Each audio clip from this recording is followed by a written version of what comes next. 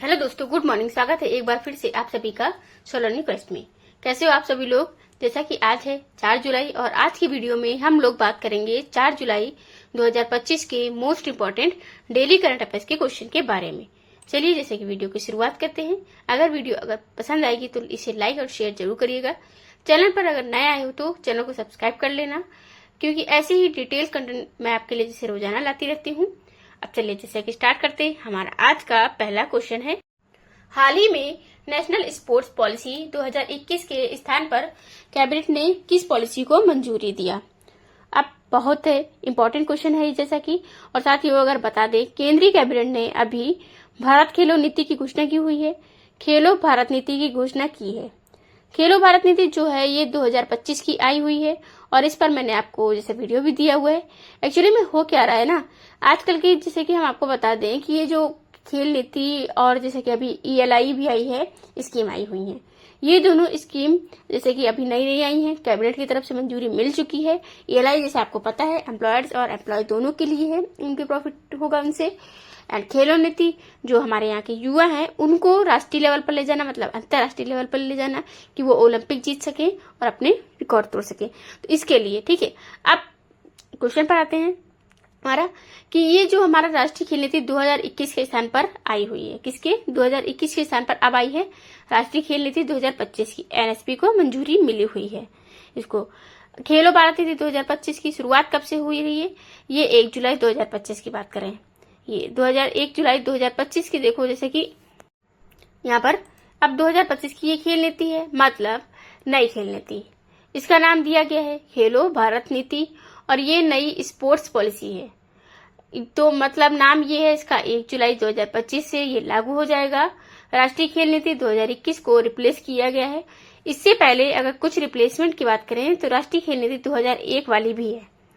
अब ये कहीं कहीं पर आपको जैसे अगर 2001 दिखे तो आप इसमें क्लियर कर लीजिए, क्योंकि इसके अलावा खेलो इंडिया देश को ये सक्सेस बनाएगी और प्लेयर्स पर आधारित है। जैसा कि अब नॉर्मल से आप समझो कि इसमें गांव के जो ग्रामीण गांव के क्षेत्र के जो लोग हैं उनको भी बढ़ावा देने के लिए ये काम किए जाएंगे, जिससे ग्रामीण स्तर पर खेलों को प्रमोशन मिलेगा। भारत में खेल से रिलेटेड जो भी प्रोडक्ट की मैन्युफैक्चरिंग है उसको भी बढ़ावा मिलेगा। इससे स्कूलों में खेल को स्पोर्ट्स को अनिवार्य किया जाएगा जैसा कि, और न्यू एजुकेशन पॉलिसी के तहत स्पोर्ट्स को भी ऐड किया जाएगा, उसकी भी एक अनिवार्य सब्जेक्ट होगी जैसा कि। और जैसा आपको पता है कि एग्जाम जो है टूर्नामेंट्स टाइप का होता है या जो भी हो, मार्क्स उसमें जुड़ने होते हैं अटेंडेंस वगैरह करके, तो न्यू एजुकेशन पॉलिसी में इसको भी ऐड किया जाएगा। भारत का लक्ष्य है कि 2047 तक हम लोग टॉप 5 में हो जाएं। जुलाई 2025 में किस देश की जो प्रधानमंत्री हैं जैसा कि पेंटोंग टान सिनवात्रा को सस्पेंड किया गया है। प्रधानमंत्री हैं तो भाई ये सिनवात्रा जो है ये थाईलैंड की प्रधानमंत्री बनी थी अभी कुछ महीनों पहले, जैसे मैंने आपको बताया था कि अब इनको सस्पेंड कर दिया गया है। हाँ, इनको प्रधानमंत्री पद से ही सस्पेंड कर दिया गया। क्यों? अब इनकी एक ऑडियो है जो वायरल हो गई थी। ये फोन पर बात कर रही थी और एक देश से कि ये बात कर क्या रही थी कि भाई कंबोडिया से जो कि हम थोड़ा बॉर्डर डिस्प्यूट वगैरह जो ये रिलेशन है वगैरह में कुछ नरमी बरतेंगे। सेना विवाद को लेकर के, सीमा विवाद को लेकर के ये जो, इसलिए ये ऑडियो वायरल हो गई तो फिर इनका विरोध हुआ खूब जम करके। अब सस्पेंड कर दिया गया है इनको। एक गलती इनकी पूरी प्रधानमंत्री का पद ले ही ले डूबी इनका। अब थाईलैंड की राजधानी बैंकॉक होती है। यहाँ पर थाईलैंड की मुद्रा जैसे थाई यहाँ की मुद्रा होती है। थाईलैंड अगर आप मैप में आप देखोगे ना तो आपको कहाँ दिखेगा? आपका इंडिया दिखता है, इंडिया के बगल में बांग्लादेश, फिर म्यांमार के जस्ट बगल में पड़ता है थाईलैंड, और लाओस, कंबोडिया, ये सब अगल बगल के पड़ोसी देश हो जाते हैं बगल में। PM मोदी ने पहली बार घाना के दौर पर रवाना हुए जैसा कि, और ये घाना का दौरा करने वाले वो कौन से नंबर के भारतीय प्रधानमंत्री बन गए? तो PM मोदी साथियों अब कल जैसे हम आपको बता दें कि 5 देशों की यात्रा पर गए थे। इन 5 देशों के बारे में हम लोग जानेंगे। पहले तो ये गए थे सबसे पहले घाना जाने वाले ये बन गए हैं भारत के मात्र तीसरे प्रधानमंत्री। सबसे पहले कौन गए थे? पंडित जवाहरलाल नेहरू जी गए थे घाना में। फिर उसके बाद कौन है दूसरे नंबर पर? इसके बाद ये PV नरसिम्हा राव जी गए थे, PV नरसिम्हा राव जी। उसके बाद अब ये जैसा कि तीसरे कौन बन गए हैं भारत में हमारे तीसरे नंबर के, इसके बाद ये बन गए हैं प्रधानमंत्री नरेंद्र मोदी जी। वर्तमान में गए कहाँ थे? घाना देश। ये जो कि दक्षिण अफ्रीका में देश पड़ता है। ये मात्र तीसरे प्रधानमंत्री हैं घाना की यात्रा करने वाले। अब 5 देश पे जाएंगे, कौन कौन से? घाना है, अर्जेंटीना है, ब्राजील है, तिरंदाद है और टोबैको है और नामीबिया। तो इसमें से घाना और नामीबिया ये आपको जैसा कि अफ्रीका कॉन्टिनेंट का दिख जाएगा, जैसा कि और कॉन्टिनेंट जिसे हम बता दें अफ्रीका का है। तो अफ्रीका जो कॉन्टिनेंट हो गया, ये तिरदाद और टोबैको जो है ये साउथ अफ्रीका कॉन्टिनेंट का है। किसका? South Africa. अब अर्जेंटीना भी साउथ अफ्रीका कॉन्टिनेंट का है जैसा कि अमेरिका का। तो ब्राजील भी जैसा कि हम बता दें कॉन्टिनेंट किसका है, ये है किसका? ये साउथ अमेरिका का है। ठीक है। अब मतलब 3 दक्षिण अमेरिकी देश है और 2 अफ्रीकी देश है जहां पर ये यात्रा करने जा रहे हैं। तो ये 2 तारीख से 9 जुलाई तक ये इन 5 देशों की यात्रा करेंगे, जिसमें पहले घाना जाएंगे, फिर तिरदाद और टोबैको, फिर अर्जेंटीना, फिर ब्राजील, नामीबिया। अब आइए थोड़ा सा मैप अगर हम बता दें आपको मैप के बारे में, कि पहले तो घाना के बारे में हम जान लेते हैं।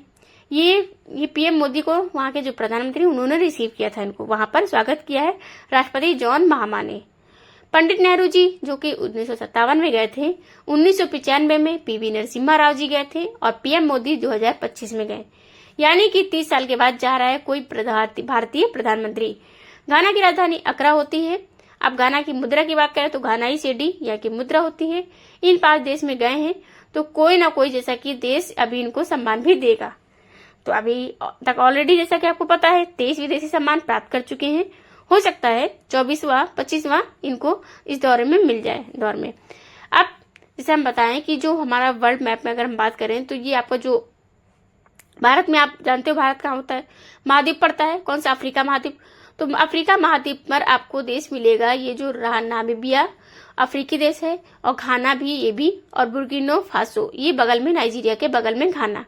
इसके बाद की कॉन्टिनेंट जो देश हो गया, अब ये हम आपको बता दें साउथ अमेरिका कॉन्टिनेंट में 3 देश है, तिरंदाद और टोबैको, बहुत छोटा सा एक आइलैंड है, बहुत छोटा सा आइलैंड कंट्री है।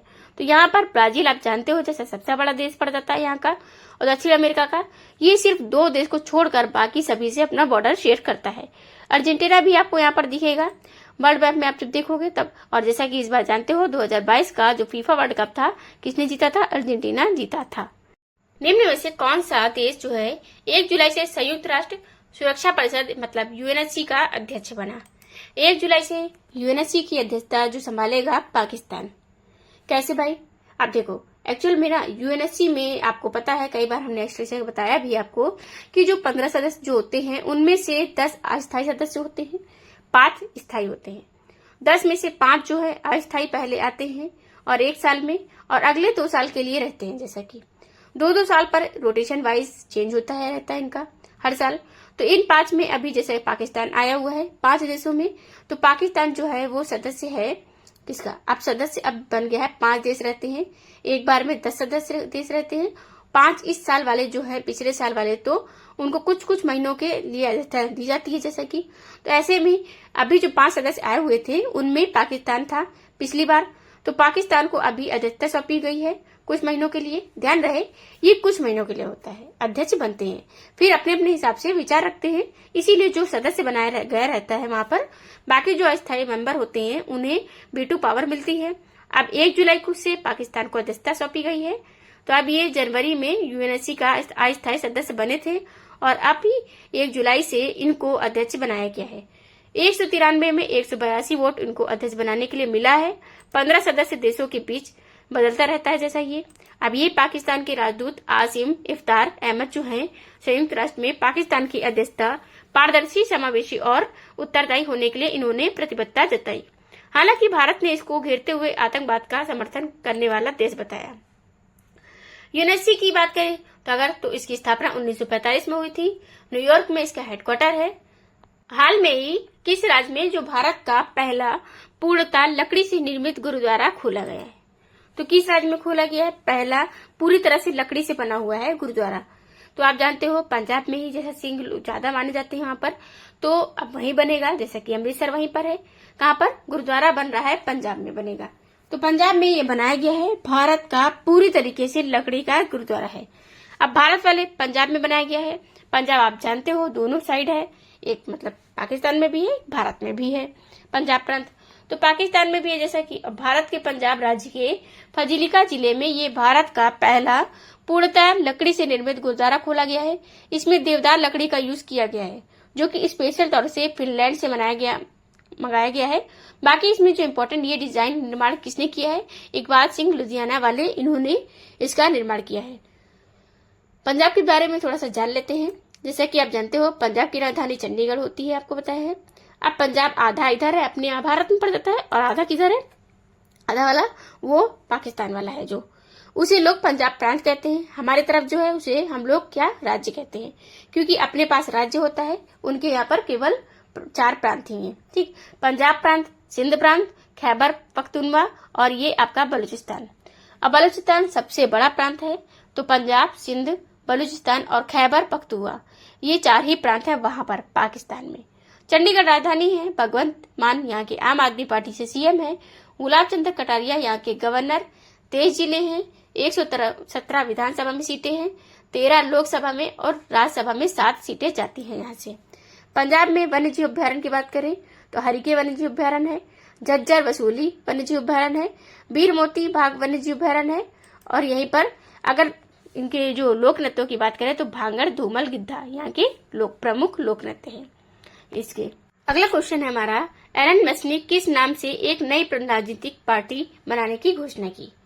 अब जैसे ही अगर आप मान लो कि संसद में बिग ब्यूटीफुल बिल ये क्या है जो है, अगर ये पास हो जाता है तो क्या अगले ही दिन हम एक नई पार्टी का अनाउंसमेंट कर देंगे, और नई पार्टी का अनाउंसमेंट इन्होंने कर दिया है। जैसा कि किसने, इस पार्टी का नाम है अमेरिका पार्टी। इन्होंने कहा है कि हमेशा हाथी और गधे के बीच में ही रेस नहीं रहेगी। अब अमेरिका में केवल 2 ही पार्टी सिस्टम है, वहाँ हाथी और गधे के बीच में रेस होती है। डोनाल्ड ट्रंप की पार्टी का नाम है रिपब्लिकन पार्टी, उनकी पार्टी का सिंबल है हाथी। और अगर वहीं पर जो डेमोक्रेटिक पार्टी है, जिसको जो बाइडेन थे मतलब, तो और जिसके ओबामा रह चुके हैं, वो पार्टी है किसकी, डेमोक्रेट पार्टी है, और उस पार्टी का जो सिंबल है वो गधा सिंबल है। तो हमेशा दो ही पार्टी का यहाँ पर बोलबाला रहता है, या तो उनके बनते हैं या तो इनके बनते हैं। तो 2 पार्टी सिस्टम जो है वहां पर तो हमेशा उनका रहा है, गधा और हाथी के बीच में होता रहता है रेस। अब इन्होंने क्या कहा है कि हमेशा ऐसा नहीं होगा, अब होगा कुछ नया। इन्होंने कहा अब हम लॉन्च करेंगे अपनी नई पार्टी अमेरिका पार्टी। लेकिन एक यहाँ पर ट्विस्ट ये आया है, ट्विस्ट क्या है, एलन मस्क अगर चाह भी ले कि मतलब प्रेसिडेंट नहीं बन सकते। क्यों, क्योंकि ये है साउथ अफ्रीका के, साउथ अफ्रीका मूल के हैं, मतलब अमेरिका में आकर अब रह रहे हैं यहाँ। तो अमेरिका के नियमों के अनुसार अगर बात करें तो अमेरिका जो प्रेसिडेंट है वही बनेगा जो अमेरिका में पैदा हुआ हो, अमेरिका का नागरिक हो। अब जैसे भारत में है कि भारत का नागरिक हो तो नागरिकता भाई मिल जाएगी, लेकिन 10-20 साल रहना होता है, नागरिकता पा जाएगा, भारत का नागरिक बन जाएगा। लेकिन यहाँ पर ऐसा नहीं है। यहाँ पर क्या कहा है कि यहाँ का जो नागरिक तो हो ही हो, वहां पर मतलब जन्म भी लिया हो उसने, ठीक है, जो जन्म ले वहीं के मूल का हो। तो इसीलिए ये राष्ट्रपति तो नहीं बन सकते। हाँ, किसी को मना सकते हैं और ऑपरेट कर सकते हैं। इनको अब जैसे लगेगा कि हमारे हिसाब से ये चलेगा तो उसको बना सकते हैं। तो बाकी सब जान ही गए आप लोग। Tesla, SpaceX, 2 boarding company, hyper loop 1 और भी बहुत सारे तमाम, एक्स हुआ, ट्विटर हुआ, इन सबके कंपनियों के मालिक हैं ये एलन मस्क। हाल में किस देश ने बहुचर्चित बिग ब्यूटीफुल बिल पारित किया। अब बिग ब्यूटीफुल बिल है, पारित किया है, तो ये जो बिग ब्यूटीफुल बिल अमेरिका ने पारित किया है, बहुत ज्यादा इस पर चर्चा भी चल रही है। इसका इतना चर्चा चल रही है कि एलन मस्क खूब खफा है इससे, और इतना ज्यादा खफा हो गए हैं कि इन्होंने क्या कहा कि अगर ये पूरी तरीके से लागू कर दिया गया बिल, तो मतलब ये जो बिल एक्ट बन जाएगा, तो अगले ही दिन क्या करेंगे कि एक नई पार्टी स्थापित करेंगे हम, और उस पार्टी का नाम क्या होगा, अमेरिका पार्टी। अभी हम लोग आगे पढ़ेंगे इसके बारे में कि इन्होंने घोषणा कर दी है कि जो बिल फाइनली ये पारित भी कर दिया गया है उनकी सीनेट में। अब यहाँ पर जो संसद को कहते हैं जैसा कि कांग्रेस, वहां पर संसद को कहते हैं कांग्रेस, जैसा कि आपको पता है अमेरिका में जो हमारे यहाँ संसद कहा जाता था वहां पर कांग्रेस। ये 2 सिस्टम से बना होता है, जैसे अपने यहाँ अपर हाउस लोअर हाउस होता है, इनके यहाँ भी अपर हाउस लोअर हाउस होता है। लोअर हाउस जो होता है उसे कहते हैं house of representative. House of representative lower house को कहा जाता है, जैसे अपने यहाँ लोकसभा होता है उसे कहते हैं, और वहां पर हाउस ऑफ रिप्रेजेंटेटिव कहते हैं। अपने यहाँ पर जैसे राज्यसभा उच्च सदन है, वैसे वहां पर हाउस ऑफ अपर हाउस जो होता है उसे कहते हैं सीनेट। मतलब ये आपको ध्यान रखना है, पूछा जा सकता है। और जैसे यहाँ संसद को पार्लियामेंट कहते हैं अपने यहाँ पर संसद में, तो इनको यहाँ पर कांग्रेस कहते हैं। अमेरिका में पार्लियामेंट को कांग्रेस कहा जाता है। अब यहाँ पे जैसे यूएस जो सीनेट ने पास कर दिया है ट्रम्प का one big beautiful bill, senate ने पास किया, मतलब कि अपर हाउस ने पास कर दिया है। तो अब ये पास हो गया है, तो मतलब ये अब एक्ट भी बन जाएगा। इसमें मतदान 5149 के रेशियो से हुआ है, बहुत ही कम अंतर से ये जो जीत गए हैं। तो फिलहाल इसमें टैक्स डिडक्शन, आवर्जन मतलब कि इमिग्रेशन, बॉर्डर सिक्योरिटी, सैन्य का वित्त पोषण, ऐसी जो बहुत सारी नीतियां हैं उसी में से कुछ पॉलिसीज हैं जैसे कि जो डायरेक्टली क्या करती है, नुकसान पहुंचा रही है एलन मस्क को। जैसे उसमें क्या होगा, ईवी को बढ़ावा न देकर के ये कहा गया है कि डीजल और पेट्रोल गाड़ियों को बढ़ावा दिया जाएगा। तो अब डीजल पेट्रोल वाली गाड़ियों को बढ़ावा मिलेगा तो एलन मस्क को नुकसान होगा। नुकसान कैसे होगा, क्योंकि ईवी को बढ़ावा देना चाहते हैं एलन मस्क, क्योंकि एलन मस्क तो ये चाहते हैं ना कि भाई हम तुमको राष्ट्रपति बनाए हैं, आओ तुम और कह दो कि पूरा अमेरिका ईवी यूज करे, इलेक्ट्रिकल व्हीकल यूज करे। जब पूरा अमेरिका इलेक्ट्रिकल व्हीकल यूज करेगा तो टेस्ला ही सबसे बड़ी कंपनी है जो सबसे ज्यादा उसका मुनाफा हो सकता है, लेकिन अब इसका कोई फायदा नहीं हुआ एलन मस्क का इनको जिताने का। इसलिए अब एलन मस्क कह रहे हैं कि हम अपनी खुद की पार्टी बनाएंगे। One big beautiful bill act जो है ऑफ 2025, ये इसका पूरा नाम है। ये एक्ट आ रहा है, इसका 16 जुलाई 2025 को दुनिया का पहला dual radar earth observation satellite Nisar कहाँ से लॉन्च किया जाएगा, तो साथियों ये श्री हरिकोटा से लॉन्च किया जाएगा। कई बार जैसे मैंने आपको ये क्वेश्चन बता चुकी हूँ कि पिछले 2 साल से जब से इसकी चर्चा चल रही थी तो NASA ISRO synthetic aperture radar अब फाइनलाइज हो गया है डेट की अब कब ये लॉन्च किया जाएगा। 16 जुलाई 2025 को ये लॉन्च किया जाएगा। दुनिया का पहला बन रहा है dual radar earth observation satellite होने वाला है। आज तक कोई भी जो डबल रडार वाला है, डुअल रडार वाला, ये जो सिंथेटिक अपर्चर रडार है सैटेलाइट, ये नहीं लॉन्च किया गया था। और लंदन के पास एक है, वो सिंगल रडार सिस्टम है, तो ये डुअल वाला होगा। तो ये गेम चेंजिंग होने वाला है अर्थ पे। ये ना सिर्फ जमीन पर जंगलों पर देख पाएगा, निगरानी कर पाएगा अच्छे से, बल्कि जमीन के अंदर क्या है उसको भी निगरानी कर पाएगा। सोचो इतना जबरदस्त होगा, ये पावरफुल होगा कि जमीन के अंदर क्या है, कैसे, जैसे बहुत सारे लोग जो बंकर वगैरह बनाकर रहते हैं ना कि ऊपर जमीन रहेगा कि नीचे बंकर बना के पूरा ऑपरेट कर रहे हैं, तो पूरा का पूरा थर्मल इमेजिंग के जरिए भी और हर प्रकार से वहां पर वो चीजें कर देगा। इतना पावरफुल ये है। इसका कीमत आप समझ सकते हो, जो बहुत ज्यादा महंगा भी प्रोजेक्ट है और नासा इसरो इसलिए मिल करके इस पर खर्च कर रहे हैं। NASA ISRO synthetic aperture radar जो इसका पूरा नाम है, 16 जुलाई को कब GSLV Mk-12 सेकंड से ये लॉन्च किया जाएगा भारत का।